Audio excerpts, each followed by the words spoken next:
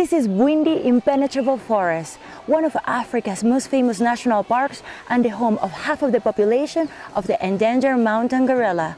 Tracking gorilla is very regulated here in Uganda to protect them. Only 8 people are allowed to visit a gorilla group a day, but I'm lucky today because I'm going to visit the gorillas all by my own. Deep in the midst in the heart of the dense Ugandan forest lives the largest of the living primates, the mountain gorilla. This endangered species, who has lived peacefully in this habitat for thousands of years, was not even known to science until early in the 20th century.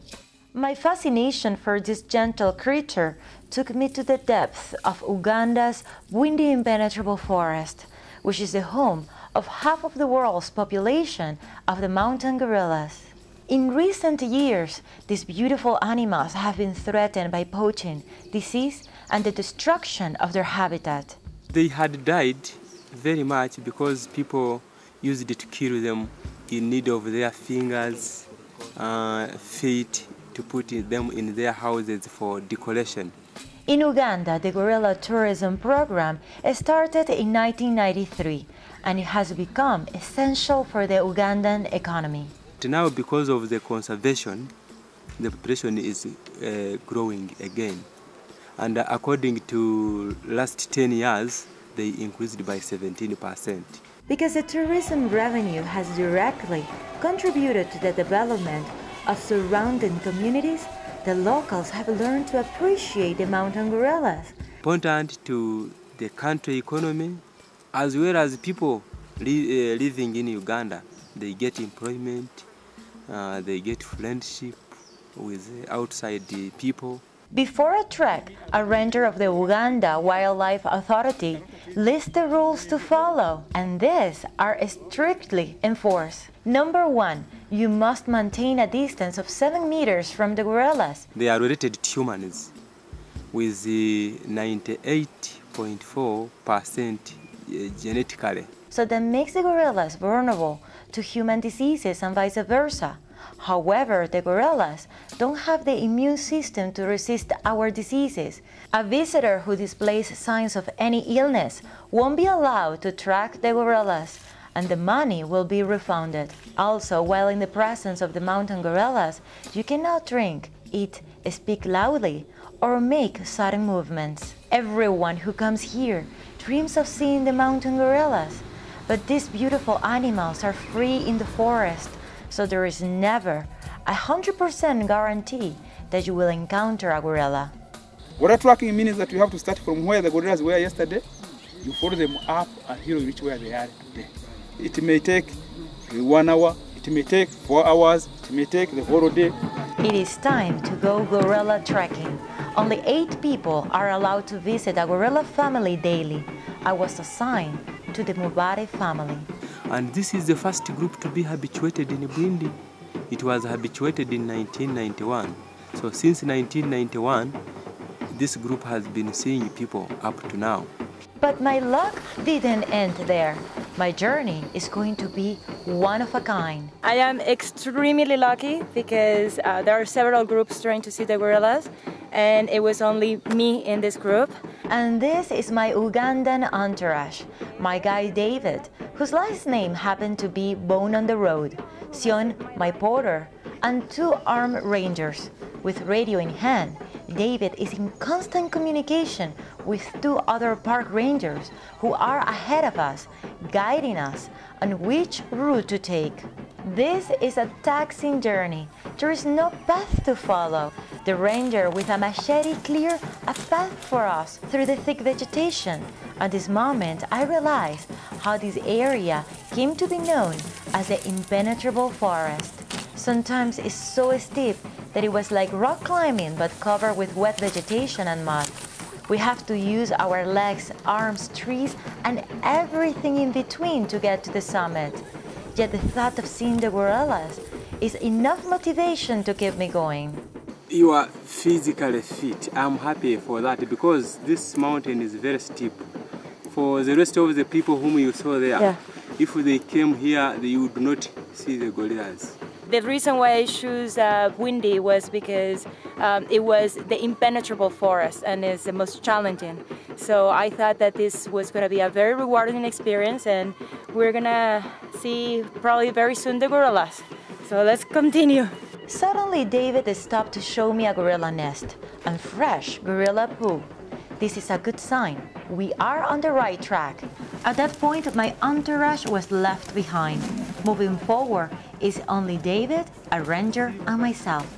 In the darkness and haze of the forest, we meet Rujondesa, the silverback, and the leader and guardian of this gorilla group.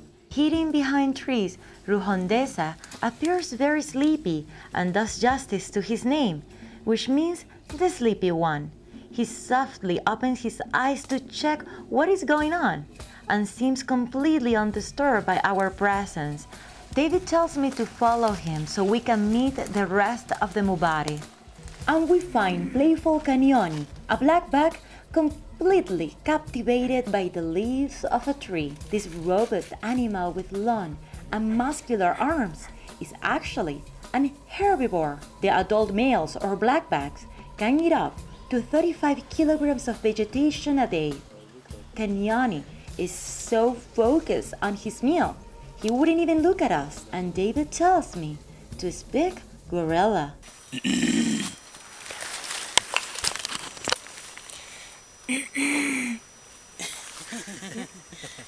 Almost. I think he's not paying attention to my sound. I don't think I'm that good with the gorilla sound.